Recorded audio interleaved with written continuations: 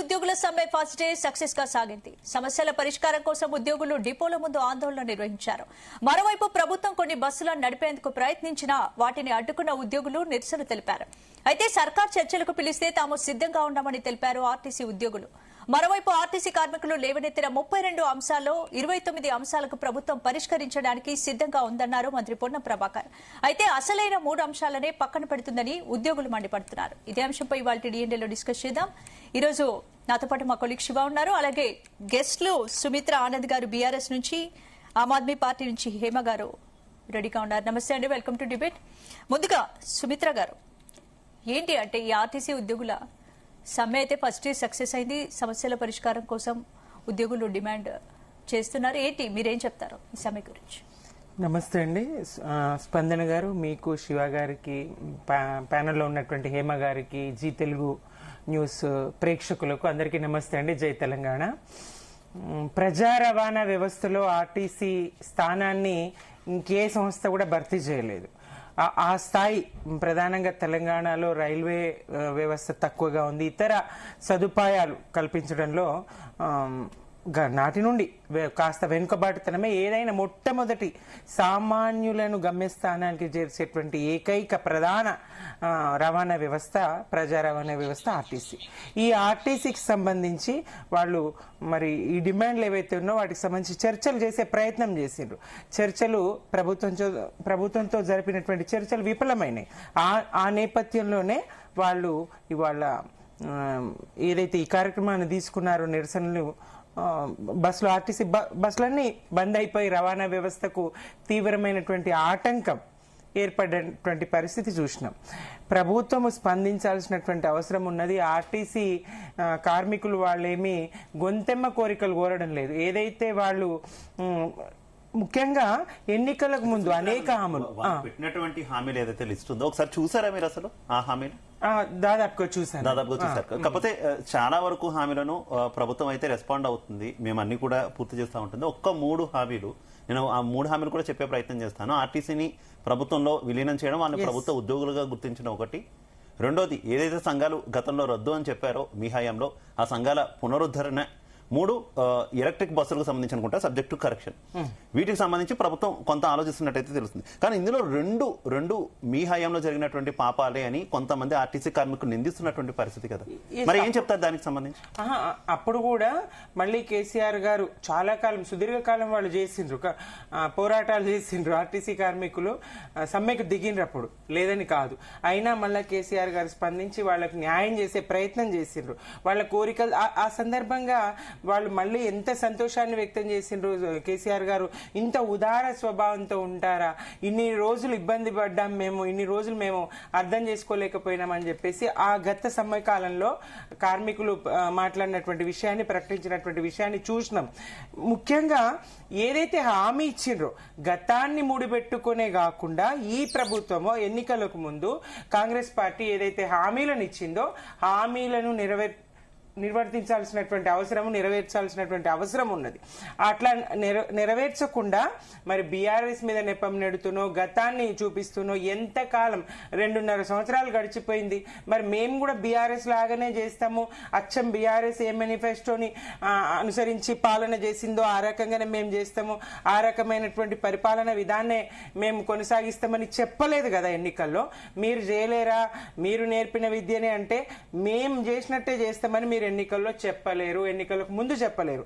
మీరు ప్రజలకు అనేక హామీలు ఇచ్చిండ్రు, ఆర్టీసీకి ఆ రకంగానే ఆర్టీసీకి కూడా హామీలు ఇచ్చిండ్రు, ఉద్యోగులకు ఇచ్చిండ్రు, అన్ని వర్గాలకు ఇచ్చిండ్రు. తెలంగాణలో ఉన్నటువంటి అన్ని వర్గాలకు హామీలు ఇచ్చిండ్రు, అన్ని వర్గాలను నమ్మించిండ్రు. మరి వాళ్ళని నమ్మించి గొంతు కోసే ప్రయత్నం చేయకూడదు, నమ్మించి నట్టేట ముంచే ప్రయత్నం చేయకూడదు. వాళ్ళు కోరినవి గొంతెమ్మ కోరికలు ఏం కాదు. తప్పకుండా వాళ్ళ కోరికలు, న్యాయమైనటువంటి డిమాండ్లు తీర్చాల్సినటువంటి అవసరం ఉన్నది. వాళ్ళకు పడ్డటువంటి బాకీలు అట్లాంటివన్నీ కూడా చాలా పెండింగ్ లో ఉన్నాయి, అవన్నీ కూడా చెల్లించాల్సినటువంటి అవసరం ఉన్నది. ఆర్టీసీ సమ్మె చేస్తే గనక ప్రజలకి, సామాన్య ప్రజలకి, మహిళలకి, ఉద్యోగస్తులకి, కాలేజీ విద్యార్థులకి అందరికి నష్టం వాటిల్లే ప్రభావం ఉంటది. ఈ దృష్టిలో పెట్టుకుని మీరు చేయలేరా అని గతాన్ని చూస్తూ కూర్చోవాల్సినటువంటి అవసరం లేదని. అలాగే కత్తి వెంకటస్వామి గారు కాంగ్రెస్ నుంచి జాయిన్ అయ్యారు. Welcome to debate. ముద్దుగా కత్తి వెంకటస్వామి గారు, నమస్కారం అమ్మా. నమస్తే అండి. ఇప్పుడు ముఖ్యంగా ఆర్టీసీ కార్మికులు లేవనెత్తిన 32 అంశాలు 29 అంశాలకు ప్రభుత్వం పరిష్కరించడానికి సిద్ధంగా ఉంది. మిగిలిన 3 అంశాలు ఎందుకు పక్కన పెడుతోంది?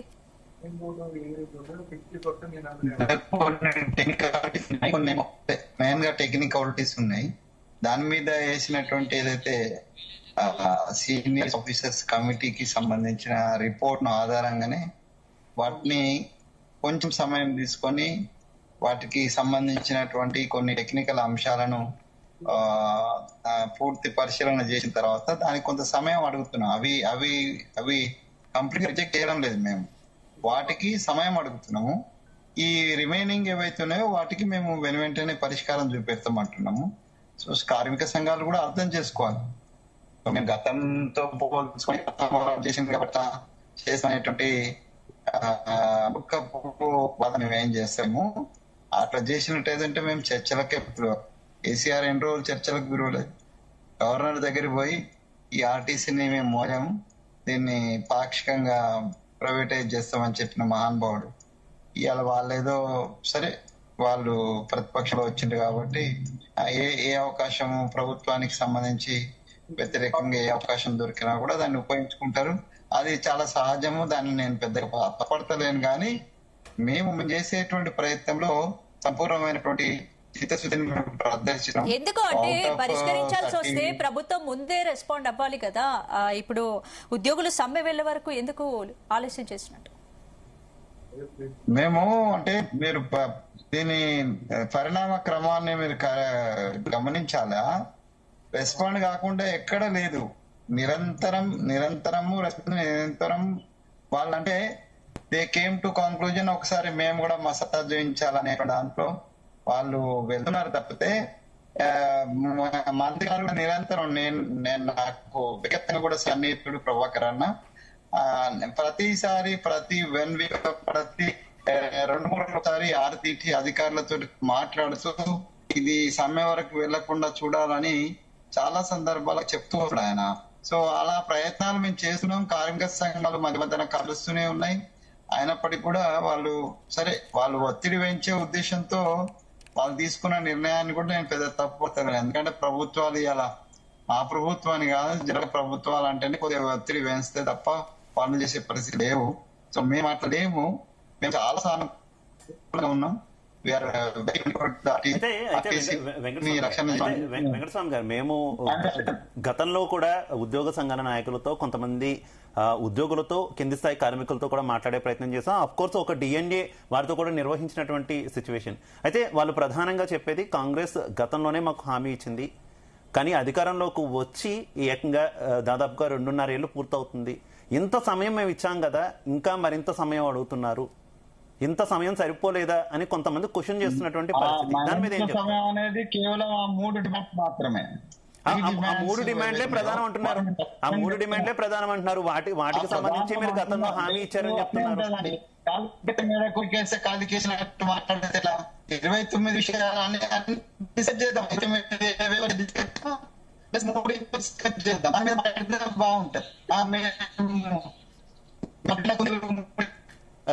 రైట్ వెంకటస్వామి గారు, sorry for the interruption. Venkataswamy గారు మీరు డ్రైవింగ్ లో ఉన్నట్టున్నారు, సిగ్నల్ వీక్ గా ఉంది. దయచేసి ఒక చోట ఆపి మాట్లాడే ప్రయత్నం చేయరా వెంకటస్వామి గారు? నేను ఆపే ఉన్నాను. మీ సిగ్నల్ వీక్ గా ఉంది వెంకటస్వామి గారు, సిగ్నల్ వీక్ గా ఉంది, స్పష్టంగా రావట్లేదు. నేను మళ్ళీ మీ దగ్గరకు వస్తాను అయితే వెంకటస్వామి గారు. రైట్, మనతో పాటు బీజేపీ సీనియర్ నేత విఠల్ గారు జాయిన్ అయ్యారు. విఠల్ గారు, గుడ్ ఈవినింగ్ సార్. విఠల్ గారు ఏం చెప్తారు? ప్రభుత్వ వెర్షన్ ఆల్రెడీ మనకి వెంకటస్వామి గారు చెప్పారు. గత ప్రభుత్వ వెర్షన్ ఏంటి అనేది మనకు ఆల్రెడీ సుమిత్రా ఆనంద్ గారి నుంచి వినిపించినటువంటి పరిస్థితి. సుమిత్రా ఆనంద్ గారు న్యాయమైన డిమాండ్ అంటున్నారు, మన వెంకటస్వామి గారు న్యాయమైన డిమాండ్లే, కాకపోతే ప్రభుత్వం కొంత ఆలోచిస్తుంది, సమయం కోరుతుంది, కేవలం 3 హామీల విషయంలో అంటూ కూడా ఆయన స్పష్టం చేస్తున్నటువంటి పరిస్థితి. మరోవైపు అటు ప్రభుత్వం కూడా మంత్రి పొన్నం కూడా విస్తృతమైనటువంటి చర్చలు జరుపుతున్నట్టు మనకైతే లేటెస్ట్ అప్డేట్ అందుతున్నటువంటి పరిస్థితి.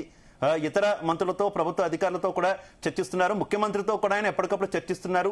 సాధ్యమైనంత వరకు ఈ సమ్మెను ముగించాలనే ఉద్దేశం ప్రభుత్వంలో కనిపిస్తుంది అనేటటువంటి వార్తలు వస్తున్నాయి. ఏం చెప్తారు, ఏం జరుగుతుంది అనుకుంటున్నారు మీరు? అక్కడ ఉన్నటువంటి ప్యానల్ మెంబర్స్ అందరికి కూడా మీకు జీ న్యూస్ కి గుడ్ ఈవినింగ్ తెలియజేస్తూ, ఈ ఆర్టీసీ అనేది అత్యంత కీలకమైనటువంటి సంస్థ, నిత్యం ప్రజలకు సేవ చేసే సంస్థ. దాదాపు 65 లక్షల మంది ప్రతిరోజు ఆర్టీసీ బస్సుల ద్వారా ప్రయాణం చేస్తారు. 10,000 బస్సులు ఉంటాయి. వేలాది మంది కార్మికులు దానిపైన ఆధారపడినారు. ఒక హైదరాబాద్ లోనే 25 లక్షల మంది ప్రతిరోజు ఆర్టీసీలో ప్రయాణం చేస్తారు. ఇవాళ సమ్మెలోకి వెళ్ళడం ద్వారా చాలా మందికి ఇబ్బంది కలుగుతాం. వాళ్ళు 41 డేస్ బిఫోర్ సమ్మె నోటీస్ ఇచ్చారు. దాదాపు 41 రోజుల ముందు డైరెక్ట్ గా వాళ్ళ ఎండి గారికి, నాగిరెడ్డి గారికి ఇవ్వడం జరిగింది, మంత్రి గారికి ఇవ్వడం జరిగింది. ఇవాళ సమ్మె ప్రారంభించిన తర్వాత చర్చలు ప్రారంభించి మేము ఒక అధికారుల కమిటీ, 4 ఐఏఎస్ ఆఫీసర్ అధికారుల కమిటీ వేస్తున్నామని చెప్పారు. ఇది 41 డేస్ బిఫోర్ వేసి ఉంటే చర్చలు జరిగేది కదా, ఏదైనా పరిష్కారం దొరికేది. ఇప్పుడు అధికారుల కమిటీ వేసి వాళ్ళకి 4 వారాలు కావాలంటున్నారు, 4 వీక్స్ వీళ్ళ సమస్యల పరిష్కారం. సహజంగా కాంగ్రెస్ ప్రభుత్వం గతంలో మేనిఫెస్టోలో ఏం చెప్పింది? ఆర్టీసీ కార్మికులు మేము ఆదుకుంటాం, వారిని గవర్నమెంట్ ఉద్యోగులుగా మేము గుర్తిస్తాం, అన్ని రకాల సదుపాయాలు కల్పిస్తామని చెప్పి చాలా డిమాండ్, 29 డిమాండ్, 31 డిమాండ్ చెప్పడం జరిగింది. ఇవి ఇప్పటికే పరిష్కారం చేసి ఉంటే బాగుండేది. ఆర్థిక సంబంధాలకు లేని సమస్యలు కూడా చాలా ఉన్నాయి, వాటి పరిష్కరించి సమ్మె వరకు పోయేది లేకుండా. ఈ ప్రభుత్వం ఇప్పుడు మరి ఇది ఎంతకాలం పోతుంది? గతంలో కూడా 53 రోజులు ఆర్టీసీ సమ్మె చేసినటువంటి చరిత్ర ఆర్టీసీకి ఉంది. అంతకుముందు సకల జన సమ్మెలో కూడా ఆర్టీసీ ఉద్యోగులు సంపూర్ణంగా తెలంగాణ ఉద్యోగులతోటి, ఎంప్లాయీస్ జేఏసీ తోటి కలిసి వచ్చారు, పొలిటికల్ చేసి కలిసి వచ్చారు. అప్పుడు సకల జన సమ్మెలో అద్భుతమైనటువంటి ప్రతిభ వాళ్ళు కనపరిచారు. ఆ తర్వాత కేసీఆర్ గారి ప్రభుత్వంలో కూడా 53 రోజులు సమ్మె చేశారు, చాలా మంది ఆత్మహత్య చేసుకున్నారు. అప్పుడు కేసీఆర్ గారు కూడా కొంత మొండి వైఖరి ప్రదర్శించి చివరికి వాళ్ళని పిలిపించుకొని మాట్లాడి సమస్య పరిష్కారం చేశారు. ఇప్పటికైనా రాష్ట్ర ప్రభుత్వం, పొన్నం ప్రభాకర్ గారు ఉద్యమ నాయకుడు, ఉద్యమం నుంచి వచ్చిన వ్యక్తి, మంత్రిగా ఉన్నారు, వాళ్ళతో కూర్చొని మాట్లాడి ఆర్థిక సంబంధం లేని అంశాలు వెంటనే పరిష్కరించి, ఆర్థిక సంబంధాలు ఉన్నటువంటి, ఆర్థికంగా ఉన్నటువంటి అంశాలను కొంత టైం తీసుకొని పరిష్కరిస్తే బాగుంటది. ఏదేమైనా ఇవాళ ప్రజలకు చాలా ఇబ్బంది కలుగుతా ఉంది. వెంటనే ప్రభుత్వం జోక్యం చేసుకుని ఈ బస్సుల విషయంలో విఠల్ గారు, ఈ బస్సుల విషయంలో ఇది కేంద్ర ప్రభుత్వ పథకం, కేంద్ర ప్రభుత్వం నియమించినటువంటి నియమ నిబంధనల అనుసారంగానే ప్రస్తుతం రాష్ట్ర ప్రభుత్వం ముందుకెళ్తుందని ఉద్యోగులకు చెప్తున్నటువంటి పరిస్థితి. ఉద్యోగులు కూడా కేంద్ర ప్రభుత్వం ఈ తరహా పథకాన్ని తీసుకురావడం కరెక్ట్ కాదు, ఏకంగా ప్రైవేట్ సంస్థలకు రాయితీలు ఇవ్వడం, అలాగే ప్రైవేట్ సంస్థలకు ఆర్టీసీ ఆస్తులను అప్పచెప్పేటటువంటి వ్యవహారం ఈ బస్సుల పేరుతో జరుగుతుంది. మేము పర్యావరణ ప్రేమికులమే అని చెప్తున్నారు, కానీ కేంద్ర ప్రభుత్వం అనుసరిస్తున్నటువంటి ఈ వైఖరి రాష్ట్ర ఆర్టీసీకి భారం అవుతుంది, రాష్ట్ర ఆర్టీసీని నాశనం చేస్తుంది, మా ఆస్తుల్ని తాకట్టు పెట్టే స్థితికి తీసుకొస్తుందని వారు ఆవేదన వ్యక్తం చేస్తున్నారు. ఏం చెప్తారు? మారుతున్నటువంటి కాలాన్ని బట్టి, సాంకేతిక టెక్నాలజీ మారుతున్న బట్టి మార్పు రావాల్సిన అవసరం వస్తుంది. ఇవాళ ఈ కార్స్ వచ్చినాయి, ఈ 2 వీలర్స్ వచ్చినాయి, ఈ బస్సులు కూడా వస్తాయి. ఈ బస్సులను వ్యతిరేకించట్లే, కానీ ఆ పాలసీ ద్వారా ఆర్టీసీకి నష్టం అనేది వారు స్పష్టం చేస్తున్న పరిస్థితి. ఒక్క మాట, కార్మికులకు ప్రభుత్వం కన్విన్స్ చేయాల్సింది ఏంటంటే, ఈ బస్సులను ఇంట్రడ్యూస్ చేయడం ద్వారా మీకు ఎలాంటి నష్టం లేదు, కార్మికులకు నష్టం లేదు, అది హామీ ఇస్తామని ప్రభుత్వం చెప్పాలి. ఈ సంస్థ పరంగా చూస్తే ఈ బస్సును ఇంట్రడ్యూస్ చేయడం ద్వారా రోజువారీ డీజిల్ ఖర్చులు తగ్గుతాయి. ఇవాళ అంతర్జాతీయంగా ఉన్నటువంటి ఒత్తిడి కావచ్చు, రాష్ట్రం ఉన్నటువంటి ఆ డీజిల్ ఎక్స్పెండిచర్, ఆపరేటింగ్ ఎక్స్పెన్సెస్ తగ్గుతాయి కదా ఎలక్ట్రిక్ బస్సులు వస్తే. అది కన్విన్స్ చేయాలి. ఆ ప్రభుత్వం రాష్ట్ర ప్రభుత్వం ఏం చేయాలి? ఇది కేంద్ర ప్రభుత్వ పథకమైన రాష్ట్రానికి, అన్ని రాష్ట్రాలకు ఇస్తున్నారు, మేము కూడా తీసుకుంటున్నాం, మీ సర్వీసెస్ కి ఎలాంటి నష్టం లేదు, మీకు మేము హామీ ఇస్తున్నాం, మీకు ఆరోగ్య ఉద్యోగ భద్రత మీకు ఉంటది, మీరు భయపడాలి. ఈ బస్సులతో వారి ఉద్యోగానికే ముప్పు వాటిల్లుతుంది అనేది వారి ఆవేదన.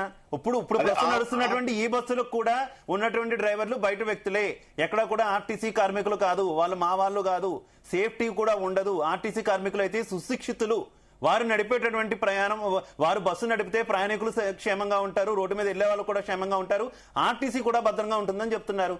క్లియర్ గా చెప్తున్నారు. ఇప్పటి వరకు ఉన్నటువంటి ఈ బస్సులు ఏవి నడుపుతున్నది ఆర్టీసీ కార్మికులు కాదు అని స్పష్టం చేస్తున్నారు. చాలా రోజుల నుంచి ఈ రాష్ట్ర ప్రభుత్వం రిక్రూట్మెంట్ లేదు ఆర్టీసీలో. దశాబ్దాల కాలం నుంచి డ్రైవర్ గానీ, కండక్టర్ గానీ రిక్రూట్మెంట్ లేదు. కారణం ఏంటంటే ప్రైవేట్ బస్సుల్ని అనుమతిస్తుంది రాష్ట్ర ప్రభుత్వం. గత కొంత కాలంగా నడుస్తూ ఉంది, దశాబ్దాల కాలంగా. ఇప్పుడు ఈ బస్సులు కూడా ఇంట్రడ్యూస్ అయింది. తద్వారా ఏంటంటే వాళ్ళ భద్రత తీసుకోవాల్సిన బాధ్యత ప్రభుత్వం.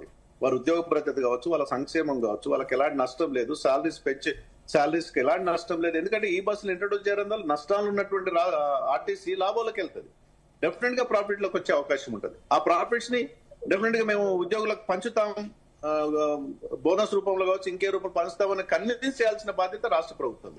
అది చేయకుండా ఒక అభద్రతా భావాన్ని క్రియేట్ చేసి అంతెందుకు వీళ్ళని గవర్నమెంట్ ఉద్యోగులు గుర్తిస్తే అయిపోయాయి కదా, వాళ్ళు పెట్టిన మేనిఫెస్టోనే కదా. All RTC employees are government employees. Andhra Pradesh ప్రభుత్వంలో ఆ చర్యలు తీసుకుంది, తెలంగాణ ప్రభుత్వం తీసుకుంటే అయిపోతుంది కదా, 010 శాలరీస్ కింద వస్తాయి కదా, గవర్నమెంట్ శాలరీస్ పేమెంట్ చేస్తుంది. అది ఎందుకు తీసుకోవట్లేదు రాష్ట్ర ప్రభుత్వం? అది తీసుకోవాల్సిన బాధ్యత రాష్ట్ర ప్రభుత్వం పైన. రైట్.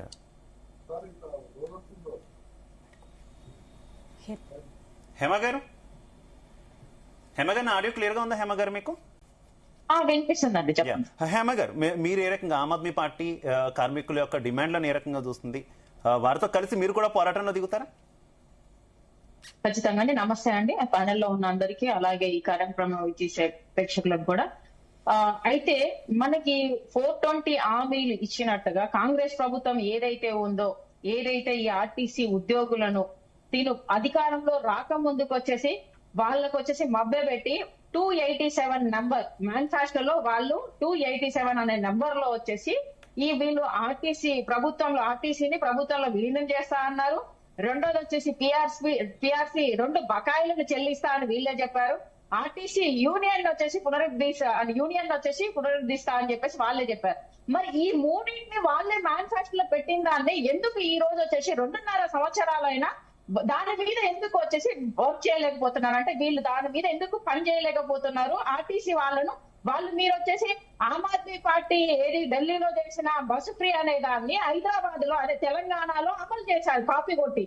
మరి కాపీ కొట్టి అమలు చేసినా గానీ ఈ రోజున కూడా ఏదైతే మీరు మగవాళ్ళ జేబులు కొట్టి ఆడవాళ్లకు ఏది ఫ్రీ అనే దాన్ని మీరు దాన్ని అంటే భర్తీ చేస్తున్నారు. అంటే 4 రెట్లు మగవాళ్ళ జేబులు కొట్టినా గానీ ఈ రోజుకి మీరు వచ్చేసి ఇంకా వాళ్లకు ఏదైతే మీరు హామీలు ఇచ్చారో ఆ హామీలు నెరవేర్చలేకపోతున్నారు. అదే విధంగా 500 పైగా వచ్చేసి ఎలక్ట్రిక్ బస్సులు తీసుకొచ్చారు అని చెప్పి చెప్తున్నారు. 500 బస్సులు వాళ్ళు అదే చెప్తున్నారు. ఈ రోజు కూడా మేము వాళ్ళకి మద్దతు ఇచ్చేటప్పుడు వాళ్ళు ఏం చెప్తున్నారంటే ఎలక్ట్రిక్ బస్సులు కూడా మేము దాన్ని డ్రైవ్ చేయడం, మేము దాన్ని ఆమోదించి మేమే వాటిని నడపడానికి రెడీగానే ఉన్నాము. కానీ వీళ్ళు వచ్చేసి ప్రభుత్వం అంటే ఇది ప్రైవేటీకరణ చేయడానికి రెడీగా ఉన్నారు. కాబట్టి ఈ రోజు పొన్నం ప్రభాకర్ గారు రవాణా శాఖ మంత్రిగా ఉండేసి నాకు అది తెలియదు, నేను నీకు చెప్పలేదు అనే టైప్ లో కొన్ని మాట్లాడుతున్నారు. అది ఎంతవరకు కరెక్ట్ అని మాకైతే అర్థం కావట్లేదు. మీరు ఏదైతే 420 హామీలలో పెట్టిన నెరవేర్చకుండా ఈ రోజున కాంగ్రెస్ ప్రభుత్వం ఏం చేస్తుందంటే ఎక్కడైనా ఆస్తులు ఉన్నాయో వాటిని దోచుకోవాలి అనే ఒక ఉద్దేశంతో ఆర్టీసీ ఆస్తులను కూడా వచ్చేసి తీసుకోవడానికి రెడీగా ఉన్నారు. రేపు పొద్దున ఏం చెప్తారంటే ఆర్టీసీ వాళ్ళు వచ్చేసి వీళ్ళు ఇట్లా ధర్నాలు చేస్తున్నారు, దీనివల్ల మహిళలకు వచ్చేసి మేము ఫ్రీ బస్ తీసేయబోతున్నాము, ప్రైవేటీకరణ చేయబోతున్నాము అనేది వాళ్ళ మీద వేసి ఈ ఆర్టీసీనే లేకుండా ప్రైవేటీకరణ చేసేసి ఏదైతే వచ్చేసి ప్రైవేటీకరణ వాళ్ళకి ఇచ్చిన తర్వాత ఆస్తులను దోచుకోవాలి. ఇంకొకటి వచ్చి దాంట్లో వచ్చే ఏంటంటే డబ్బులను వచ్చేసి వీళ్ళకి కావాలి తప్ప ఈ రోజున వచ్చేసి తెలంగాణ ప్రజలకి వాళ్ళకి ఆర్టీసీ వాళ్ళకి కూడా వీళ్ళు ఈ రోజు వరకు ఈ కాంగ్రెస్ ప్రభుత్వం మద్దతు ఇచ్చింది లేదు, వాళ్ళ కోసం పనిచేసింది లేదు. ఎంతసేపు ఆస్తులు కూడా పెట్టుకోవాలి. ఇప్పుడు ప్రణబ్ గారు రవాణా మినిస్టర్ గా ఉన్నాడు, మీద వాళ్ళు ఇప్పుడు 4 పోస్టులు మీ దగ్గర పెట్టుకొని కొన్ని ఆస్తులు కొట్టుకుంటున్నారు. అన్ని తెలిసిన భూదాన విషయంలో కానీ ఎక్కడ చూసినా ఆస్తుల విషయాలు. ఈ రోజు వీళ్ళు హైదరాబాద్ చెప్పా పెట్టబోయి కూలుస్తూ ఉంటారు. మరి 2.5 సంవత్సరాలుగా ఇదే వచ్చేసి ఆర్టీసీ బస్సు ఫ్రీ అనగానే ఆర్టీసీ వాళ్ళందరూ వచ్చేసి మద్దతు ఇచ్చి మీరు అన్నట్టుగా వాళ్ళు నడపడానికి రెడీగా ఉన్నప్పుడు ఈ రోజున మీరు చెప్పిన 420 హామీలను నెరవేర్చడానికి రెడీగా లేదు. ఏదైతే వాళ్ళు వచ్చేసి 42 డిమాండ్లు ఉన్నాయి, దాంట్లో వచ్చేసి 32 డిమాండ్లు ఉన్నాయి. సారీ, దాంట్లో వచ్చేసి మీరు పెట్టిన మేనిఫెస్టోనే అడుగుతున్నారు. మిగతా నేను చేస్తాను, ఇవి మాత్రం చేయాలంటే మీరు చెప్పిన ఎందుకు చేయలేకపోతున్నారు? అదే విధంగా వచ్చేసి ఈ రోజున 40,000 చిల్లర పై చిలుపులో వచ్చేసి ఆర్టీసీ కార్మికులు ఉంటే ఈ రోజున వచ్చేసి 38,000 మందే ఉన్నారు. వాళ్ళని ఎందుకు మీరు కొత్తగా రిక్వైర్మెంట్ ఎందుకు వేయట్లేదు? వాళ్ళని జాబ్లు ఎందుకు భర్తీ చేయట్లేదు? ఓకే హేమ గారు, మళ్ళీ వస్తా. హేమ గారు డిస్కస్ చేద్దాం, అన్ని అంశాలు కూడా డిస్కస్ చేద్దాం. సుమిత్రా ఆనంద్ గారు వాళ్ళు ఏదైతే పెండింగ్ ఉన్నాయో పెండింగ్ లో ఉన్నటువంటి 3 ప్రధాన హామీల్లో యూనియన్లు పునరుద్ధరణ. గతంలో మీరు అధికారంలో ఉన్నప్పుడు మీ పార్టీ అధినేత అప్పటి ముఖ్యమంత్రి గౌరవ కేసీఆర్ గారే ఒక్క నోటి మాటతోనే యూనియన్లు రద్దు చేసినటువంటి పరిస్థితి. ఇప్పటికీ కార్మికులు చెప్తున్నారు ఎక్కడా అటువంటి ఈ తరహా చర్య ఉండదు, కనీసం పేపర్తో ఒక సర్క్యులర్ కూడా లేదు, ఎక్కడా ఓ సంతకం లేదు, కేవలం నోటి మాటతో వాటిని రద్దు చేసి మాకు అన్యాయం చేశారు. అప్పుడు జరిగినటువంటి అన్యాయం వల్ల ఎలక్షన్లు జరగని పరిస్థితి, మా సమస్యల మీద మేము ఉద్యమించలేకపోతున్నాం, చర్చించలేకపోతున్నాం అని చెప్తున్నారు. ఉద్యమ పార్టీ ఈ తరహాగా వ్యవహరించడం కరెక్టేనా? ఏం చెప్తారు? ఇప్పటికైనా సరే జరిగినటువంటి డ్యామేజ్ ని అంగీకరిస్తారు? కేసీఆర్ గారు ప్రధానంగా ఏం చేసినా చాలా లోతుగా విశ్లేషించి మూలాలు ఏమిటని ఆలోచించి నిర్ణయం తీసుకుంటారు. మరి వారు ఆనాడు ఆ 53 రోజుల సమ్మె కాలంలో ఏం ఆలోచించారు, ఏమనుకున్నారు, ఎందుకు ఆ నిర్ణయం తీసుకున్నారో కార్మికులకే ఎక్కువ తెలుస్తుంది, ప్రజల కంటే కూడా. వాళ్ళు న్యాయమైన డిమాండ్లను దాదాపుగా కేసీఆర్ గారు నాడు అంగీకరించి ఫుల్ఫిల్ చేసిండ్రు, వాళ్ళ కోరికలను తీర్చిండ్రు. ఇక ఇప్పుడు ఏదైతే కాంగ్రెస్ చెప్పిందో, సరే కేసీఆర్ గారు ఆనాడు అట్లా చేశారు, అది కార్మికులు ఏమనుకున్నారు. హయాంలో కూడా ఆర్టీసీ సమస్యలు ఎందుకు పూర్తిగా పరిష్కరించలేకపోయారు, అలాగే ఆర్టీసీని ప్రభుత్వంలో విలీనం చేసిన తర్వాత కూడా ఉద్యోగులు ఇంకా ఎందుకు అసంతృప్తి వ్యక్తం చేస్తున్నారనే క్వశ్చన్. అది నిజమే. ఆర్టీసీని ప్రభుత్వంలో విలీనం చేసి కార్మికులను ప్రభుత్వ ఉద్యోగులుగా గుర్తించాలనేటువంటి ఆలోచన కేసీఆర్ గారు తీసుకున్నారు. అది ఇంకా అమలు జరగకముందే ఎన్నికలు ఇదంతా జరిగింది.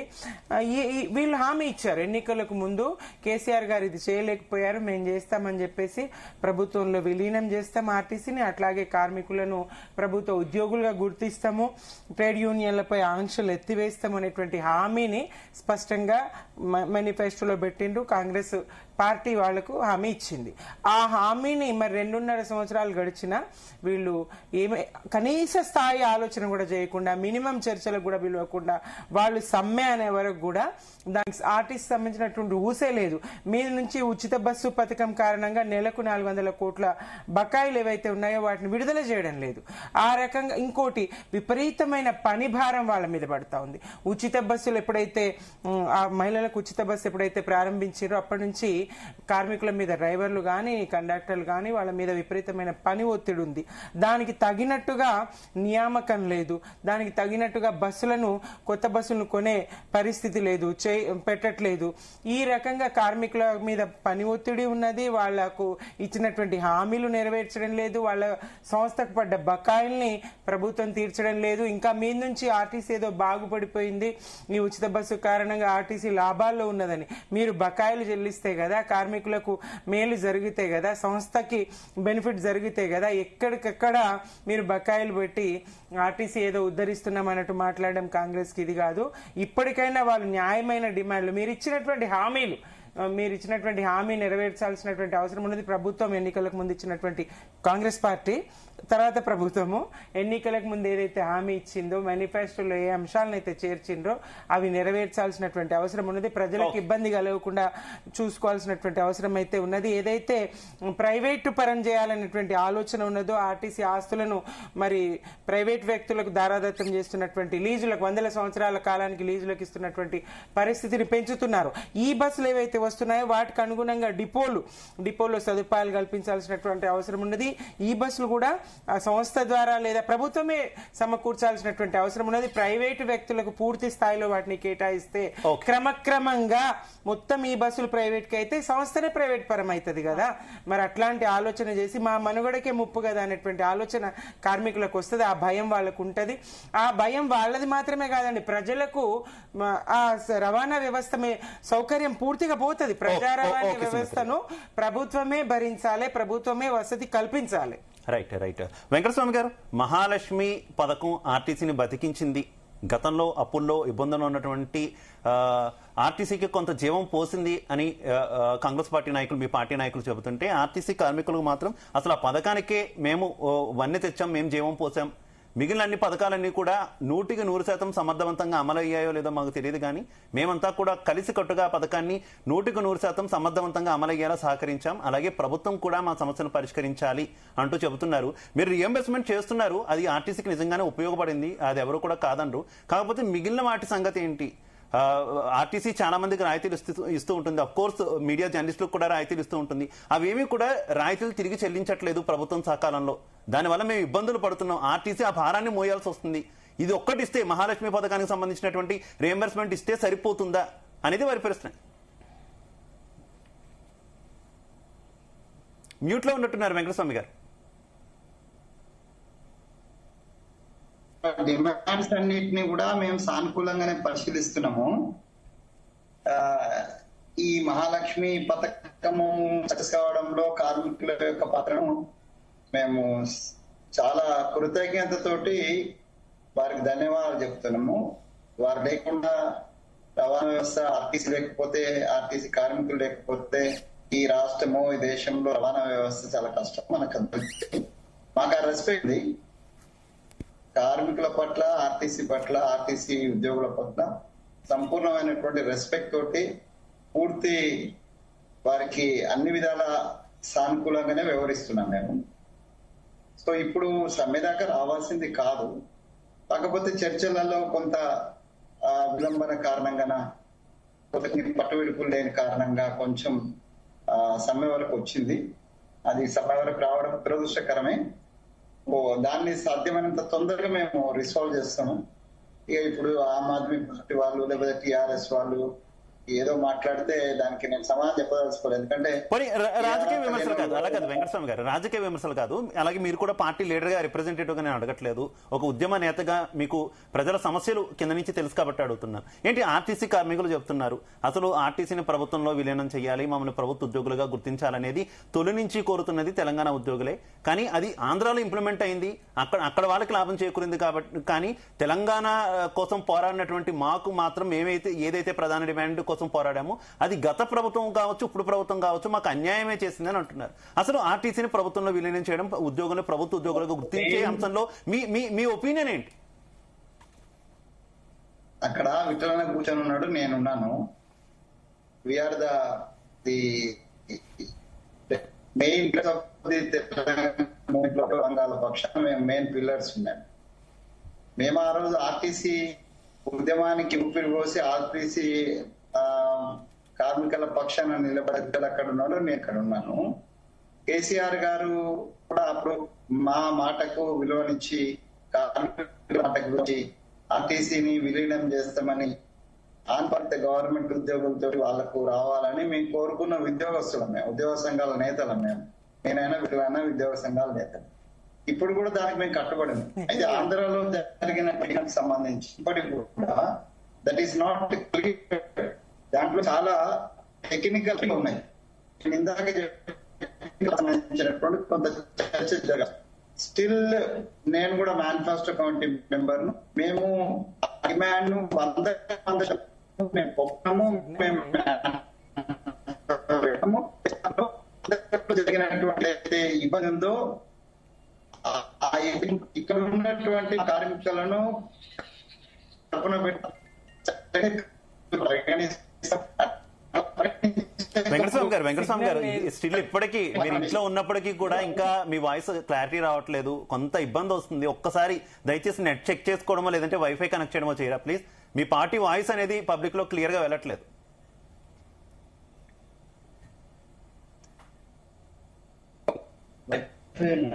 సుమిత్ర గారు కంటిన్యూ.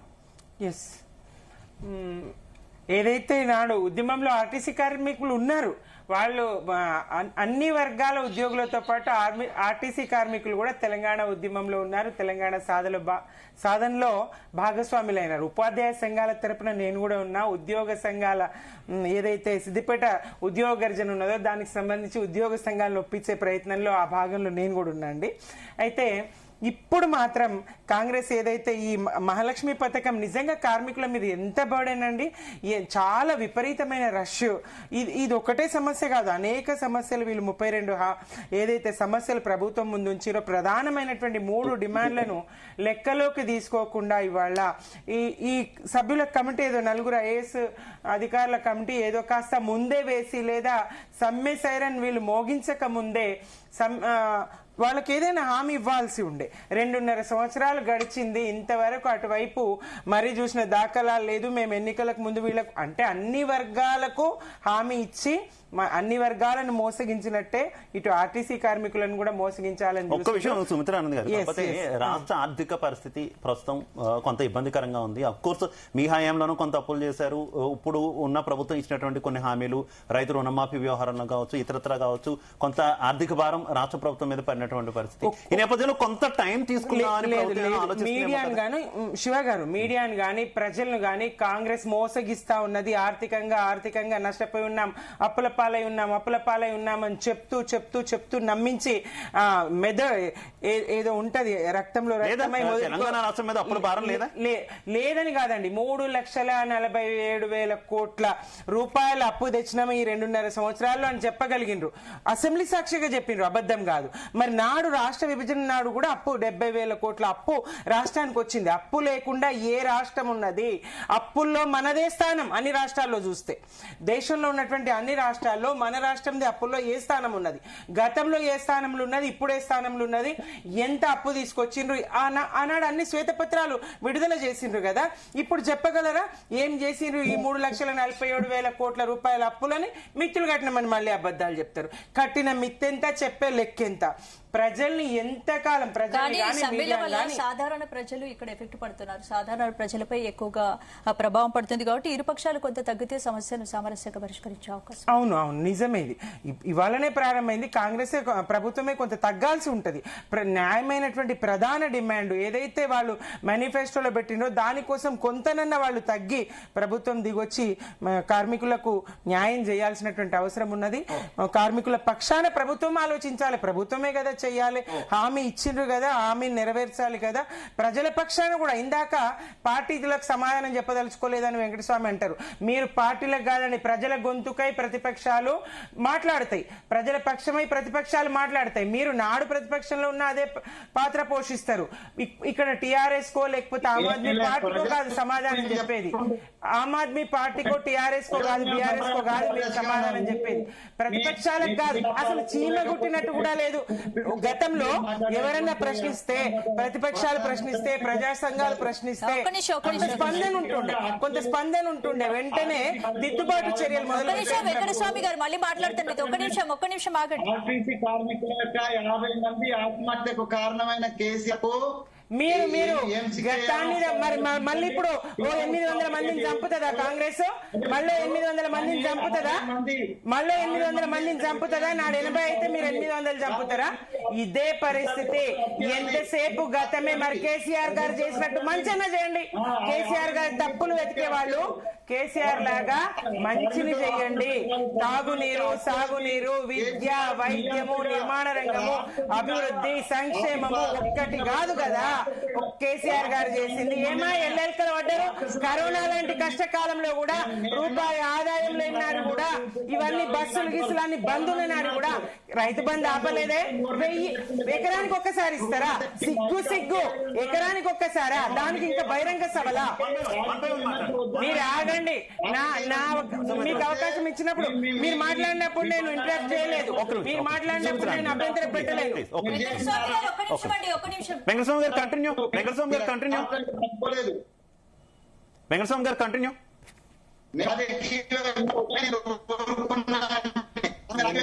కూడా ఏమనలేదు.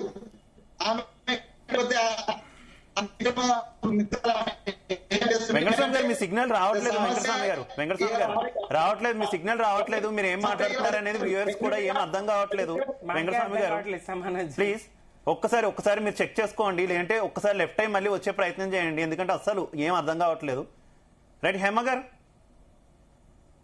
అయితే ఆ రోజు వచ్చేసి మన టిఆర్ఎస్ ప్రభుత్వం గత ప్రభుత్వం ఏదైతే ఉందో వాళ్ళు వచ్చేసి ఇదే వీళ్ళు అడిగినప్పుడు సమ్మెలో కూర్చున్నప్పుడు ఏదైతే 55 మంది చనిపోయారు, ఆత్మహత్యలు చేసుకున్నారు, అప్పుడు కూడా కనీసం ప్రభుత్వం దిగి రాలేదు అని కాబట్టే కదా ఈ రోజున తెలంగాణలో వచ్చేసి మళ్ళీ కాంగ్రెస్ ప్రభుత్వం వచ్చింది. మరి కాంగ్రెస్ ప్రభుత్వం నేను వచ్చిన తర్వాత తీసుకొస్తా అని ఎందుకు హామీలు ఇచ్చారు అంటే, మనం 420 హామీలు అక్కడ 420 అని రాసినప్పుడే మనం అసలు గ్రహించాలి తెలంగాణ ప్రజలుగా. ఎందుకంటే ఈయన ఎంతసేపటికి ఇప్పుడు తెలుగు అంటే ఏపీ రాష్ట్రం వాళ్ళకు మన అటు సైడ్ చూసుకుంటే ఆంధ్ర విభజన అనేది వద్దు అన్న వాళ్ళకేమో వచ్చేసి వాళ్ళకి విభజన అయిపోయింది, వాళ్ళు హ్యాపీగా వచ్చేసి దాన్ని విలీనం చేసుకున్నారు. వాళ్ళకి ఉద్యోగాలు ఏంటిది ప్రభుత్వ ఉద్యోగం అయిపోయింది. వాళ్ళకి ఇక్కడికంటే చూసుకుంటే అక్కడ డబుల్ ఏంటిది వాళ్ళకి ఏంటిది జీతాలు కూడా ఉన్నాయి. ఈ రోజున మనం కొట్లాడి తెచ్చుకున్నా కూడా ఈ రోజు వరకు వచ్చేసి ఈ కాంగ్రెస్ ప్రభుత్వము ఏదైతే మరి ఆ ప్రభుత్వం చేసింది కదా అని చెప్పేసే కదా ఆ ప్రభుత్వం చేసినందుకే ఈ ప్రభుత్వాన్ని ఎంచుకున్నారు. కాంగ్రెస్ ప్రభుత్వాన్ని ఈ రోజున మనం ఎందుకు ఎంచుకున్నాం? 2.5 సంవత్సరాలు కూడా వీళ్ళకి సరిపోవట్లేదా? అదే ఆమ్ ఆద్మీ పార్టీ నుంచి కాపీ కొట్టి బస్సు ఫ్రీ అని చెప్పి తీసుకొచ్చి ఈ రోజు ప్రజలను ఏ విధంగా మోసం చేస్తున్నారు. ఆమ్ ఆద్మీ పార్టీ ఆ రోజు బస్సు ఫ్రీ అని హేమ గారు ఒక్క భయం ఉంది కదా, ఒకవేళ అలా కాదు హేమ గారు, ఒకవేళ కనుక పూర్తి స్థాయిలో కనుక విలీనం కనుక జరిగితే, విలీనం అయిపోయిన తర్వాత ఆర్టీసీ ఆస్తులన్నీ కూడా ప్రభుత్వ ఆస్తులు అయిపోతాయి. అప్పుడు కనుక ప్రభుత్వం కనుక అమ్ముకున్నా ఎవరు క్వశ్చన్ చేయలేనటువంటి పరిస్థితి. అప్పుడు నష్టం రాదా ఆర్టీసీకి? అంటే ఉద్యోగులు అంటే లాభపడతారు, ఓకే, ఉద్యోగులు లాభపడతారు, ఓకే, ఉద్యోగులు ప్రభుత్వ ఉద్యోగులు అవుతారు, వాళ్ళ జీతాలు పెరుగుతాయి, అన్ని బాగానే ఉంటాయి.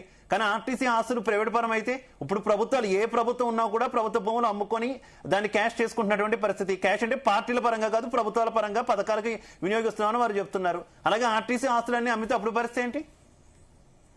ఆర్టీసీ ఇప్పుడు ప్రైవేటీకరణ చేసేది సాధ్యమైతుంది. ఇప్పుడు ప్రభుత్వం దగ్గర ఉంటుంది. దానికి ఈ రోజున వచ్చేసి మనకి 5 విషయాలు కూడా వచ్చేసి మొట్టకాయలు వేస్తున్నది కదా గవర్నమెంట్. ఏంటిది మన కోర్టు మొట్టకాయలు వేసినా కూడా వీళ్ళు వినట్లేదు. ఈ విధంగా చేసుకుంటూ వస్తున్నారు. రేపు పొద్దున ఆర్టీసీ అందుకే యూనియన్ పునరుద్ధరించాలని చెప్పేసి వాళ్ళు అడుగుతారు. ఒక యూనిట్ గా ఉన్నప్పుడు, ఒక యూనియన్ ఉన్నప్పుడు ఖచ్చితంగా వాళ్ళని కాపాడుకునే బాధ్యత ఆర్టీసీ వాళ్ళకి ఉంటది కాబట్టి కాపాడుకోవడానికి ఛాన్సెస్ ఉంటాయి. ఈ రోజున ప్రైవేటీకరణ చేయడానికే కదా ఈ రోజు వీళ్ళు వచ్చేసి ఎంతసేపటికి ఇప్పుడు 3,000 కోట్లు అప్పైనా 3,000 చిల్లర కోట్లు అప్పైనా 68 సార్లు వచ్చేసి కాంగ్రెస్ కి డబ్బులు ఇవ్వడానికి ఢిల్లీకి బాట పట్టినే ఉన్నాయి. ఎందుకంటే ఈ రోజున వచ్చేసి ఎంతసేపటికి ఆస్తులు కూడా పెట్టుకోవాలి అనుకుంటున్నాడు. కానీ తెలంగాణ ప్రజలకు కానీ ఈ ఆర్టీసీ వాళ్ళకి కానీ ఈ రోజు వరకు తను న్యాయం చేసింది లేదు. ఆస్తులు ఈ ఏంటిది కాంగ్రెస్ ప్రభుత్వంలో ఉన్న ప్రతి ఒక్క లీడర్ ఆస్తులు కూడా పెట్టుకోవాలి. ఇప్పుడు వీళ్ళు ఎంత ఖర్చు పెట్టారో అవన్నీ తీయాలి కదా. ఇప్పుడు 100 కోట్లు వచ్చేసి ఇచ్చేసి ఈ రోజున వచ్చేసి ఆయన సీఎం అయిపోయాడు రేవంత్ రెడ్డి గారు. అవన్నీ మనం బ్యాంక్ తీసుకురావాలి. గత ప్రభుత్వం ఉప్మాలు ఫ్యామిలీ ఉప్మాలు తిన్నట్టు మొత్తం ఆస్తులు కూడా వేసుకున్నారు అనే విధంగా చూసుకుంటే ఈ రోజు మేమంతా తక్కువ కూడా పెట్టుకోవాలి అనే విషయంలో చేస్తున్నారు. ఇదే విధంగా నడిచే ఖచ్చితంగా ఆర్టీసీ వాళ్ళకు మేము మద్దతుగా ఉంటాం. ఇప్పటికైనా ప్రజలు గమనించాల్సిగా కోరుతున్నాం. మేనిఫెస్టోలో పెట్టిన ఏదైతే ఉంటుందో వాటిని నెరవేర్చే ఏ పార్టీ ఊరికే కోటి హామీలను కాకుండా జనాలను ఇబ్బంది పెట్టే పార్టీలు కాకుండా ఈ ఓటుకు నోటు కేంద్రంలో ఉన్న వాళ్ళని మనం ఎంచుకొని తప్పు ప్రజలు గమనించాలని చెప్పేసి కోరుతున్నాం. సుమతిరానంద్ గారు, గత 2 అసెంబ్లీ సమావేశాల్లో కూడా మేము ఈ ఆర్టీసీ కార్మికులకు మీరు ఇచ్చినటువంటి హామీలు నెరవేర్చాలి, సమస్యలు పరిష్కరించాలని అసెంబ్లీ సమావేశాల్లో కూడా లేవనెత్తడం జరిగింది. కార్మికులు కూడా 2.5 సంవత్సరాల నుంచి అడపదడప ప్రభుత్వం దృష్టికి రెగ్యులర్ గా వాళ్ళు తీసుకుని వస్తున్నారు. సమస్యలు ఉన్నాయి, పరిష్కరించండి. అయినా ప్రభుత్వానికి చీమ కుట్టినట్టు కూడా లేదు. వాటికి సంబంధించి చర్చలకు కానీ సమస్యల పరిష్కారానికి కానీ దృష్టి పెట్టనే లేదు. ప్రతి అంశానికి అన్నింటికి కూడా ఆర్థికంగా ఇబ్బందుల్లో ఉన్నాం, అన్ని వర్గాలకు కూడా 3 అంశాలు మాత్రమే కొంత క్లిష్టంగా ఉన్నాయి. కానీ ఆ 3 అంశాలే ప్రధానమైనవని చెప్పి వాళ్ళు ఆ 3 అంశాలే వీళ్ళు ప్రధానంగా ఏదైతే వెంకటస్వామి గారు మాట్లాడుతూ కూడా పరిష్కరిస్తున్నటువంటి 29 హామీలను వదిలేస్తున్నారు. పరిష్కరించని 3 హామీలతో పట్టుకొని విపక్షాలు రాజకీయం చేస్తున్నాయి. పరిష్కరించిన హామీల సంగతి ఏంటి అని వాళ్ళు క్వశ్చన్ చేస్తున్నారు కదా. విపక్షాలు కాదు, కార్మికులను మీరు శాంతింపజేయండి, కార్మికులను మీరు అంగీకరింపజేయండి, వాళ్ళ సమ్మె విరమింపజేయండి, వాళ్ళని ఏదైతే ఎన్నికలకు ముందు మీరు నమ్మించిండ్రో ఇప్పుడు కూడా వాళ్ళకి అట్లనే చెప్పండి. వాళ్ళకి సమ్మె తప్ప మరో మార్గం లేదు. ప్రభుత్వం స్పందించలేదు కాబట్టి సమ్మె తప్ప మరో మార్గం లేదు. వాళ్ళు సమ్మెకు పిలుపునిచ్చిండ్రు. పరిస్థితి ఇబ్బందిగా ఉంది ప్రయాణికులకు, ప్రజలకు. ఏదైతే వ్యవస్థకు అలవాటు పడ్డారో ఇప్పుడు దాదాపుగా ఆటోలన్నీ బంద్ పడి ఉన్నాయి. మరి ఈ పరిస్థితులు నష్టపోయి ఆటోలన్నీ తీసేసుకున్నారు. కామారెడ్డిలో అయితే ఒక ఆటో కార్మికుడు తన 3 పిల్లల్ని చెరువులో వేసి చంపేసి నడపలేను, బతికించలేను అని చెప్పేసి అటు వాళ్ళ నెలకు 12,000 ఆటో కార్మికులకు ఇస్తామని అది నెరవేర్చలేదు. అట్లా ఆటో కార్మికులు ఆటోలన్నీ దాదాపుగా తీసుకున్న పరిస్థితి. ఇప్పుడు ప్రజలేం చేయాలి? వాళ్ళకి రవాణా వ్యవస్థ ఎట్లా? ఇది ప్రభుత్వం వెంటనే పరిష్కరించాల్సినటువంటి అవసరం. ప్రధానంగా 3 న్యాయమైన డిమాండ్లు ముందు, మిగతా డిమాండ్లు తర్వాత అంశం. మిగతా డిమాండ్ల గురించి వాళ్ళు మాట్లాడదలుచుకుంటే ఇదివరకే చేయాల్సింది. ఆర్థికంగా భారం పడేది కానీ ఇతరాత్ర ఏవైతే ఈ 3 కానివి ముందే చేసి సమ్మెదాకా రానివ్వకుండా చూసుకోవాల్సింది. పరిస్థితి చేయి దాటిపోయింది. కరోనా లాంటి కష్టకాలంలో కూడా రైతు బంధు లాంటివి కానీ ఇతరవి కానీ ప్రభుత్వ ఉద్యోగుల జీతాలు కానీ ఆపింది లేదు కేసీఆర్ గారు. రాష్ట్రానికి నయా పైసా ఆదాయం లేనప్పుడు కూడా అప్పులు అనేది అంతా కూడా అబద్ధపు ప్రచారమే కానీ నిజం కాదు. ఆర్థికంగా వీళ్ళు తెచ్చినటువంటి అప్పు గాని ఇతరత్ర గాని రాష్ట్ర ఆదాయం గాని ఏం చేస్తున్నారనే లెక్క ఆర్థికంగా సమస్యలు ఉన్నాయని చెప్పి అన్ని బకాయిలేనండి. ఎంత దారుణం అంటే మీకు తెలిసి ఉండదు శివ గారు, 2 ఎన్నికలు జరిగినాయి రాష్ట్రంలో, మున్సిపల్ ఎన్నికలు, తర్వాత అంతకన్నా ముందు ఏది మన సర్పంచ్ ఎన్నికలు జరిగినాయి. ఈ 2 ఎన్నికల్లో విధులు నిర్వర్తించినటువంటి ఎంప్లాయీస్ ఎవరైతే ఉన్నారో, ఎన్నికల సిబ్బంది ఎవరైతే ఉన్నారో వాళ్ళకి ఇంతవరకు రెమ్యునరేషన్ ఇవ్వలేదు. దానికి పెట్టినటువంటి ప్రైవేట్ స్కూళ్ళ బస్సులకు ఇంతవరకు వాళ్ళు ఇవ్వలేదు. ఇట్లా అన్ని కెమెరామెన్లు అక్కడ సీసీ కెమెరాలు పెట్టుకుని ఉన్నారు, వాళ్ళకి ఇంతవరకు ఇవ్వలేదు. ఇంకా మిగతా అలా కాదు సుమిత్రానంద్ గారు, ఎందుకు ఇవ్వలేకపోతుంది? మీరు చెప్తున్నారు అంత ఆ స్థాయిలో అప్పులేం లేవు, వాళ్ళు చెప్తుందంతా కూడా బూటగా ఉంటున్నారు. ఒక పక్క ఎవరికి చెల్లింపులు లేదని మీరే అంటున్నారు, కాంట్రాక్టర్లకి చెల్లించట్లేదు. బడా కాంట్రాక్టర్లకు చెల్లిస్తున్నారు శివ గారు, బడా కాంట్రాక్టర్లకు వీళ్ళు చెల్లిస్తున్నారు. అందుకే వీళ్ళు కొత్త ఏది ఇప్పుడు 26ని పాలించండి, మీరున్న ఈ కాలాన్ని పాలించండి, ఈ కాలంలో ప్రజలకు న్యాయం చేయండి, స్కూల్ పిల్లలకు మీరు రియంబర్స్మెంట్ బకాయిలు ఇవ్వండి, పోయిన అబద్ధాలు ఆడతారండి. సీఎం రేవంత్ రెడ్డి గారు నిన్నటి సభలో ఆయన ఏం చెప్తారు, బోనస్ ఇచ్చామని చెప్తారు. నిరుటి యాసంగి వడ్లకు బోనస్ ఇంతవరకు ఇవ్వలేదు సార్. నిరుటి యాసంగి, నేను కూడా రైతునే, నాకు కూడా ఈ ప్రభుత్వం 1,20,000 రూపాయలు బాకీ పడి ఉన్నది నేను అమ్మినటువంటి ధాన్యానికి, వరి ధాన్యానికి. అది నా కష్టం. వీళ్ళు ఇస్తామన్నటువంటి రైతు రుణమాఫీ నాకు జరగదు. నాకే కాదు, అరాకొరా రుణమాఫీ రేవంత్ రెడ్డి గారు స్పష్టంగా చెప్పారు, 40,000 కోట్లు కావాలి. ఎట్లా చేస్తారయ్యా ఆర్థిక పరిస్థితి ఇదేందంటే? మరి ప్రభుత్వానికి ఇన్ని ఆర్థిక పరిమితులు ఉంటే అన్ని డిమాండ్లను వెంటనే అంగీకరించడం సాధ్యం కాదు కదా. ఆర్థిక పరమైన ఇబ్బందులు ఏమీ లేవు. వీళ్ళు కొత్త మూసీ సుందరీకరణకు 40,000 ఏది 1,50,000 కోట్లు అంటారు. అక్కడ ఈ విగ్రహం కాకపోతే ఆ విగ్రహం పెడతాం, ఇది కాకపోతే అది. అక్కడ తుషార్ గాంధీ గారు, గాంధీ మనవడే, అంగీకరించలేదు. మీరు ఇండ్లు కూల్చి గాంధీ విగ్రహం పెట్టడం సమంజసం కాదు. ఆయన 2 సార్లు చెప్పిండు, ఒక్కసారి కాదు. ఆ తర్వాత అది విరమించుకున్నారో ఏం చేసిండ్రో, మళ్ళా 3 మందిరాలు, 3 మతాలకు సంబంధించినటువంటి ప్రార్థనా స్థలాలు శివయ్యనే తొక్కేస్తాడు మీరు అడ్డుకుంటే అని చెప్తాడు, ఆగ్రహానికి బూడిదైపోతారని చెప్తాడు. ఇట్లా ఎప్పుడు 2047కి ఈయన పథక రచన చేస్తారు. ప్రస్తుతాన్ని పాలించండి, ప్రస్తుతం ఏం చేయగలుగుతారో చేయండి. మీరు ఇచ్చిన హామీలు తర్వాత ఇప్పటి వరకు కేసీఆర్ గారి ప్రభుత్వం ఏదైతే సంక్షేమ పథకాల్ని కొనసాగించిందో అవి నిర్వర్తించండి. 1 ఎకరానికి ముందు ఇచ్చారు, ఇంకో ఎకరానికి మొన్న ఇచ్చారు, దానికి భారీ ఎత్తున బహిరంగ సభలు. రైతులకు ఇచ్చింది ఏకానా, ఖర్చు పెట్టేది దాని పేరు మీద బారాన సభలు. హేమ గారు, ఇప్పుడు కూడా ఒక పక్క సమ్మె జరుగుతుంటే కొంతమంది ప్రైవేట్ డ్రైవర్లను తీసుకొచ్చో వారందరితో కొంత బస్సులు నడిపించే ప్రయత్నం చేస్తున్నారు. దానికి సంబంధించి కార్మికులు అడ్డుకుంటుంటే ప్రభుత్వ వాదన కూడా సమంజసంగానే ఉంది. ఎందుకంటే అంతిమంగా ప్రజలు ఇబ్బంది పడుతున్నారు, ప్రజలకు ప్రభుత్వం రిప్రజెంట్ చేస్తుంది, వాళ్ళకి ఇబ్బందులు కలగకుండా చూడాలి. ప్రభుత్వం ఆ తరహా కారణాలు చెప్తున్నటువంటి పరిస్థితి. గతంలో బీఆర్ఎస్ హయాంలో జరిగినటువంటి సమ్మె సమయంలో కూడా మనం చూసాం, చాలా మంది ప్రైవేటు వ్యక్తులను తీసుకొచ్చి వారందరినీ ఉపయోగించి బస్సులు తిప్పినటువంటి పరిస్థితి. ఏం చెప్తారు దీని మీద? గత ప్రభుత్వం చేసిన వైఖరి విషయంలో కావచ్చు, ఇప్పుడు ప్రభుత్వం అనుసరిస్తున్న వైఖరి, లేదంటే వాళ్ళు చెప్తున్నటువంటి రీజన్స్ కి సంబంధించి? ఈ రోజున ఎవరైనా ఏ ప్రభుత్వం అయినా ప్రజలకు ఇబ్బంది కాకుండా చూసుకోవాల్సిన బాధ్యత ఉన్నది. మరి 2.5 సంవత్సరాలుగా వాళ్ళు ఆల్రెడీ 41 డేస్ ముందు వచ్చేసి మీకు ఒక నోటీస్ ఇచ్చారు, మేము ఇట్లా సమ్మెకు దిగుతాం అన్నట్టుగా. మరి మీ ప్రభుత్వం ఏం చేస్తుంది? 2.5 సంవత్సరాలైంది. ఈ రోజు మీరు రాగానే ప్రభుత్వంలోకి రాగానే వచ్చేసి మేము వచ్చేసి మీకు ఆర్టీసీని వచ్చేసి ప్రభుత్వంలో విలీనం చేస్తా అన్నారు. మరి ఇప్పటిదాకా మీ పొన్నం ప్రభాకర్ గారు ఏం చేస్తున్నారు? వాటి మీద మాట్లాడకుండా వేరే పక్కన ఇంకేమన్నా సర్ద పెడుతున్నారా? టెక్నికల్ గ్లిచెస్ ఉన్నాయంటున్నారు రాజకీయ పార్టీలు, అలాగే కార్మికులు. ఏదైతే ఉదాహరణగా చూపిస్తున్నారో ఆంధ్రప్రదేశ్ ప్రభుత్వం చేసింది కూడా పూర్తి స్థాయి విలీనం కాదు. కార్పొరేషన్ గా ఇప్పటికీ కూడా ఆంధ్రప్రదేశ్ రాష్ట్ర ఆర్టీసీ అలానే కార్పొరేషన్ గా కొనసాగుతుంది. కొన్ని టెక్నికల్ గ్లిచెస్ ఉన్నాయి, వాటిని మేము సరిచేసే ప్రయత్నం చేస్తున్నాము. ఒక కమిటీ ఆల్రెడీ వేసామని చెప్తుంది ప్రభుత్వం. అయితే శివ గారు, చిన్నగా. అయితే వీళ్ళు ప్రభుత్వ ఉద్యోగులకు గుర్తించమంటున్నారు, లేదా 2 PRCలు ఇచ్చి యూనియన్లను పునరుద్ధరించాలని కూడా అడుగుతున్నారు, ఏదో ఒకటి చేయమని కూడా అడుగుతున్నారు. మరి ప్రభుత్వం ఈ 2 కూడా వీలు కాదంటే ఎట్లా చెప్పండి? మీరు మాట్లాడండి. కంటిన్యూ హేమ గారు. వాళ్ళు ఏదైతే ఉన్నదో 3 వాళ్ళు ఏదైతే మేనిఫెస్టోలో పెట్టిరో వాటిని చెయ్యరంట, మిగతావన్నీ మేము చేస్తాము అని చెప్తున్నారు. వాళ్ళకి ఏది కావాలో వాళ్ళు గత ప్రభుత్వం ఉన్నప్పుడు చెయ్యలేదు అనే కదా, మీ ప్రభుత్వం హామీ ఇచ్చినందుకే కదా ఈ రోజులో మిమ్మల్ని మీకు ఓటేసి గెలిపించింది, ఆర్టీసీ మీకు మద్దతుగా ఉంది. నువ్వు వచ్చేసి ఫ్రీ బస్ అని పెట్టగానే ఎన్ని ఇబ్బందులైనా కానీ ఈ రోజున వచ్చేసి వాళ్ళకి ఏంటిది పని ఏంటిది టైమింగ్స్ ఎక్కువగా ఉన్నాయి, లేడీస్ కూడా ఇబ్బంది పడుతున్నాము.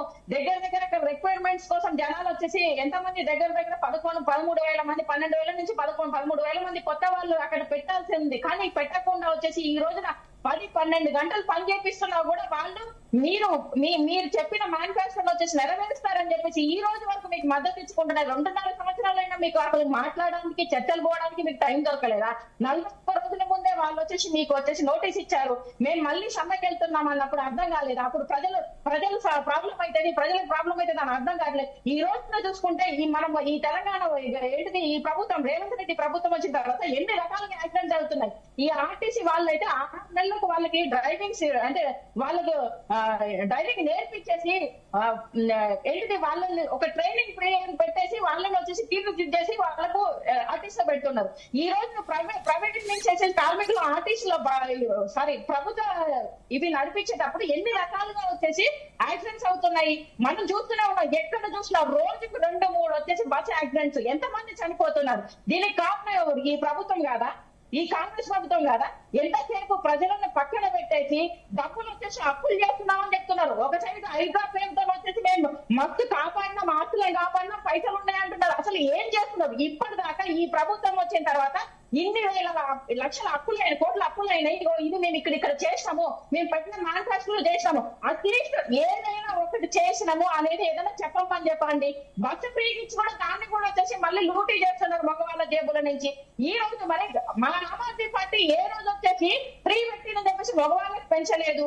అదే విధంగా వచ్చేసి అన్ని వాళ్ళకి వచ్చేసి వాళ్ళకి ఫ్రీగానే ఇచ్చారు లేడీస్ అందరికి. ఓన్లీ తెలంగాణ ప్రభుత్వంలో వాళ్ళకి ఇచ్చినా కానీ ఈ రోజు కూడా కరెక్ట్ గా వచ్చేసి చేయలేదు.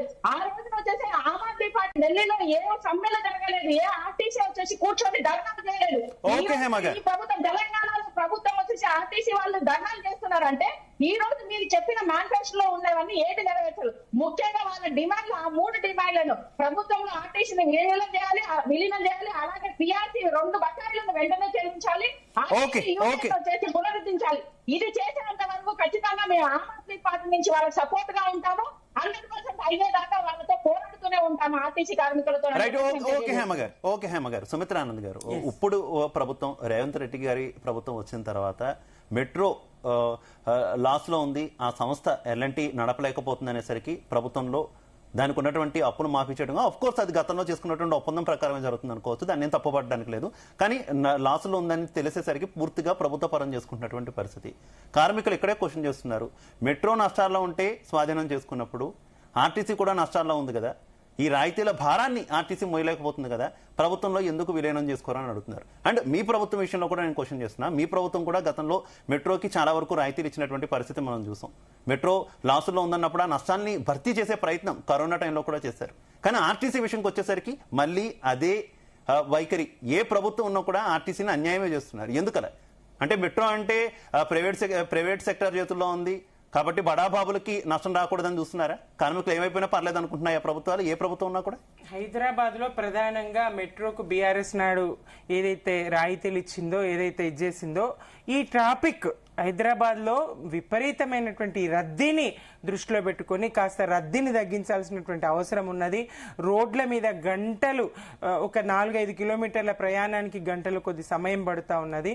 మరి ఆ కారణంగా రద్దీని నియంత్రించడానికి ప్రజలకు ఆ ఇబ్బందులు లేకుండా, నగరవాసులకు ఆ ఇబ్బందులు లేకుండా చేయాలనేటువంటి ఆలోచనతో అట్లా చేసి ఉంటది గత మా ప్రభుత్వం. 100% అట్లే చేసి ఉంటది. ఇప్పుడు పరిస్థితి వేరండి. ఇప్పుడు రేవంత్ రెడ్డి గారి గిల్లి కయ్యాలు పెట్టుకొని ఆ సంస్థతో మరి ఒప్పందాన్ని చేసుకొని మెట్రోని ప్రభుత్వ స్వాధీనంలోకి తీసుకోవడం వెనుక పెద్ద కుట్రనే ఉన్నది. దాని భూముల మీద కన్నేసి ఉన్నారని మా పార్టీ నేతలు కేటీఆర్ గారు కానీ హరీష్ రావు గారు కానీ గతంలో చెప్పడం జరిగింది. ఇప్పుడు వీళ్ళు నెలకు 400 కోట్లు వాళ్లకు అప్పు పెడతా ఉన్నారు. ఏది మహాలక్ష్మి పథకానికి సంబంధించి అట్లా పెట్టకుండా కోత విధించకుండా ఇవ్వండి. అలాగే గతంవి 2,500 కోట్ల బకాయిలు ఉన్నాయి, అవి ఇచ్చేయండి అని అడుగుతా ఉన్నారు. న్యాయమైన డిమాండ్లు. 40 రోజుల ముందే నోటీస్ ఇచ్చినప్పుడు ఈ త్రిసభ్య కమిటీ, ఈ 4 సభ్యుల కమిటీ అప్పుడే వేసి ఈ పార్టీకి ఆలోచించి కార్మిక సంఘాలను పునరుద్ధరించి ఒకవేళ నిజంగానే సమ్మె జరగద్దు అనుకుంటే వాళ్ళని పిలిచి వాళ్ళతో చర్చ చేయాల్సినటువంటి అవసరం ఉండే. వాళ్ళకు అన్ని విధాలుగా నమ్మించి వాళ్లకు హామీ ఇచ్చి ఇప్పుడు తీరా విస్మరించడం, అన్ని వర్గాలను విస్మరించినట్టే ఆ రవాణా రంగాన్ని కూడా విస్మరించడం, వాళ్ళ మీద ఈ మహాలక్ష్మి పథకంతో విపరీతమైనటువంటి ఒత్తిడి ఉండడం, మరి కార్మికులు తప్పకుండా వాళ్ళు సమ్మెకు దిగాల్సిన పరిస్థితి అనివార్యంగా ప్రభుత్వమే కల్పించింది. వాళ్ళని అసలు గమనంలోకి తీసుకోలేదు. దానికి సంబంధించి చర్చ కానీ దానికి సంబంధించినటువంటి ఊసెత్తని పరిస్థితిలోనే ప్రభుత్వం రాష్ట్రంలో ఏ సమ్మె జరిగినా కూడా ప్రభుత్వం నుంచి మొదట వినిపిస్తున్నటువంటి వాయిస్ కార్మికులు విపక్షాల యొక్క రాజకీయ ఉచ్చులో బిగుసుకోవద్దు అంటూ విజ్ఞప్తులు మొదలవుతున్నటువంటి పరిస్థితి. అది విద్యుత్ కార్మికులు చేసినా, రేపు పొద్దున్న ఆల్రెడీ సమ్మె నోటీస్ ఉన్నటువంటి పూర్తి స్థాయి అందరు ఉద్యోగులు చేసినా, లేదంటే ఇప్పుడు ఆర్టీసీ ఉద్యోగులు చేసినా కూడా ప్రభుత్వం తొలి స్టేట్మెంట్ మాత్రం అదే వస్తుంది. ఏంటి వెనకాలండి ఏమైనా నడిపిస్తున్నారా? వెనకాల ప్రజల కోసం ప్రభుత్వం ప్రతిపక్షాలు తప్పకుండా మాట్లాడాలండి. ఇప్పుడు ఆర్టీసీ సమ్మె చేస్తే ఎవరికి నష్టం జరుగుతుంది? అటు కార్మికులతో పాటు ఇటు ప్రజలకు కూడా. ఏదైనా ఈ ఉద్యోగులు కానీ ఎవరు కానీ ఈ ఎలక్ట్రిసిటీ ఉద్యోగులు సమ్మె చేసినా మళ్ళీ ప్రజల మీదనే విపక్షాలు కార్మికుల ముందుండే నడిపిస్తూ వెనక ఉండి వాళ్ళని ముందు తోసి రాజకీయం చేస్తున్నారనేది కాంగ్రెస్. ప్రజల కోసము కార్మికుల వెనుక మేము ఉంటాము. మీరు ఏదైతే హామీలు ఇచ్చిండ్రో అవి నెరవేర్చేదాకా బీఆర్ఎస్ గా కానీ ఇంకా ప్రతిపక్షాలు ఏవైనా ఉండాలి. ఉంటేనే ప్రతిపక్షపు పాత్ర పోషించినట్టు, ప్రజల పక్షమే మాట్లాడితేనే ప్రతిపక్షం సమర్థవంతంగా పనిచేసినట్టు. నాటి పార్టీ ప్రభుత్వం ఏదైతే హామీ ఇచ్చిందో, నాడు కాంగ్రెస్ ఏదైతే హామీ ఇచ్చిందో ఆ హామీలు నెరవేర్చడానికి, ఆ హామీలు మెడ మీద కత్తి పెట్టైనా మెడలు వంచైనా చేయించడానికి ఏవైతే పోరాటాలు జరుగుతాయో, ఏవైతే సమ్మెలు జరుగుతాయో తప్పకుండా వాళ్ళ వెన్నుదన్నుగా బీఆర్ఎస్ ఉంటది. అందులో విడ్డూరం ఏం లేదు. గతంలో మీరు ఎంతమందిని ఉత్తి పుణ్యానికి ఎగేసి మేమున్నాం మేము ఇది చేస్తాం అది చేస్తాం, మేము వస్తే 3 సందమామలు చూపిస్తాం, 6 సూర్యబింబాలు తెచ్చి పెడతాం మీకు అని చెప్పేసి వాళ్ళని నమ్మించలేదా? నమ్మబలకలేదా? మేమెందుకు ఉండకూడదు ప్రజల పక్షాన, మేమెందుకు ఉండకూడదు కార్మికుల పక్షాన? సంస్థను అభివృద్ధి చేసిన వాళ్ళం కదా. సరే 53 రోజుల తర్వాత అయినా కేసీఆర్ గారు వాళ్ళకు అన్ని రకాల వరాలు ఇచ్చినటువంటి వాడు కదా.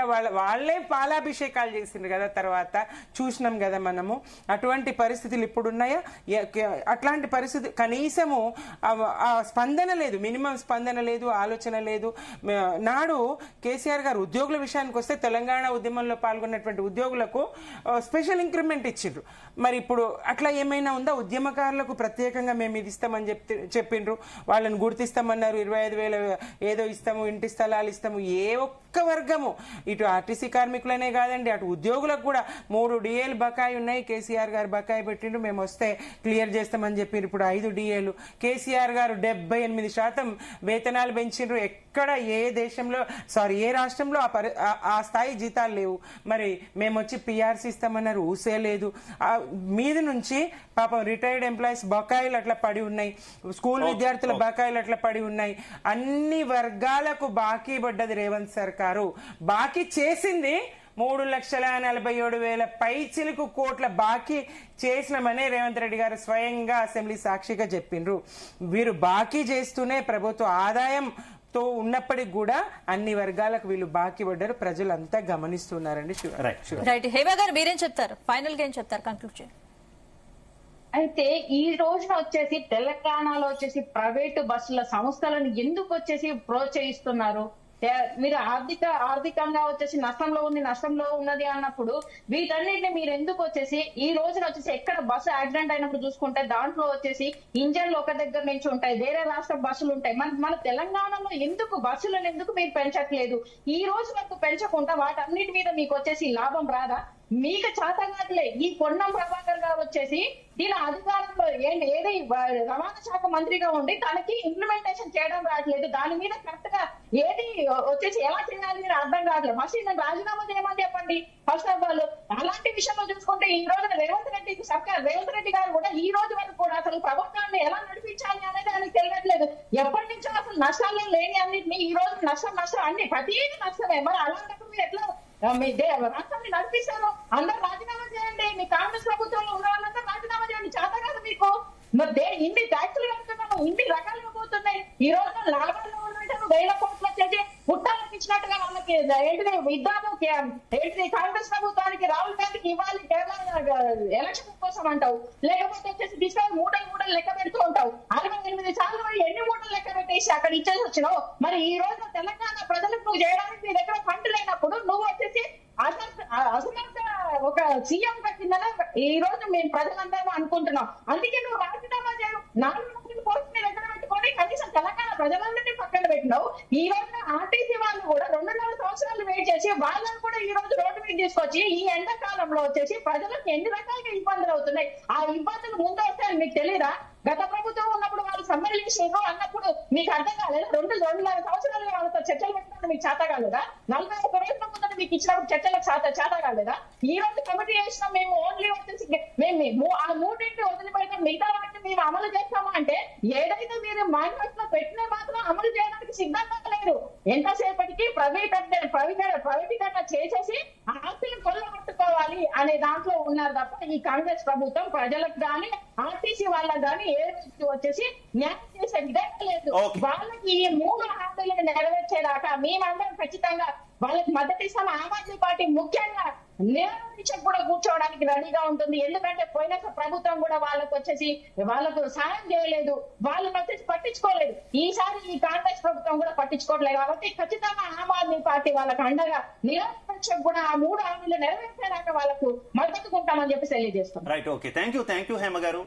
అలాగే థ్యాంక్ యూ సుమిత్రానంద్ గారు. కత్తి వెంకటస్వామి గారు మధ్యలోనే కట్ అయిపోయారు. ఆయనకు కూడా విఠల్ గారికి కూడా అందరికీ కూడా ధన్యవాదాలు డిబేట్లో పాల్పంచుకున్నందుకు. ఓవరాల్ గా చూసుకుంటే అటు కార్మికులు మాత్రం వెనక్కి తగ్గమంటున్నారు. ఏదైతే గతంలో కాంగ్రెస్ విపక్షంలో ఉన్నప్పుడు తమకు హామీ ఇచ్చిందో ఆ 3 హామీలు ఖచ్చితంగా కూడా అమలు చేయాలి.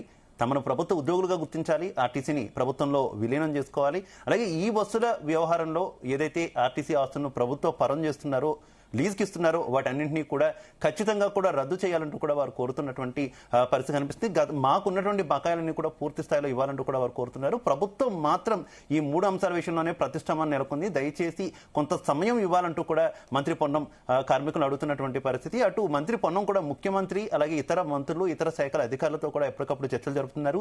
దాదాపుగా ఈ సమ్మెను తాము ముగింపుకే ప్రయత్నిస్తున్నామంటూ కూడా ప్రభుత్వ వర్గాలు చెప్తున్నటువంటి పరిస్థితి. అటు విపక్షాలు మాత్రం మేము పూర్తి స్థాయిలో కూడా కార్మికులందరికీ కూడా అండగా ఉంటాము, ప్రభుత్వం ఇచ్చినటువంటి హామీలు నెరవేర్చాలంటూ కూడా చెప్తున్నటువంటి పరిస్థితి. చూద్దాం, అంతిమంగా ప్రజలు ఇబ్బందులు పాలవుతున్నటువంటి నేపథ్యంలో కార్మికులు ప్రభుత్వం సమన్వయం చేసుకొని ఈ సమ్మెను ముగించాలని మనం కూడా కోరుకుందాం.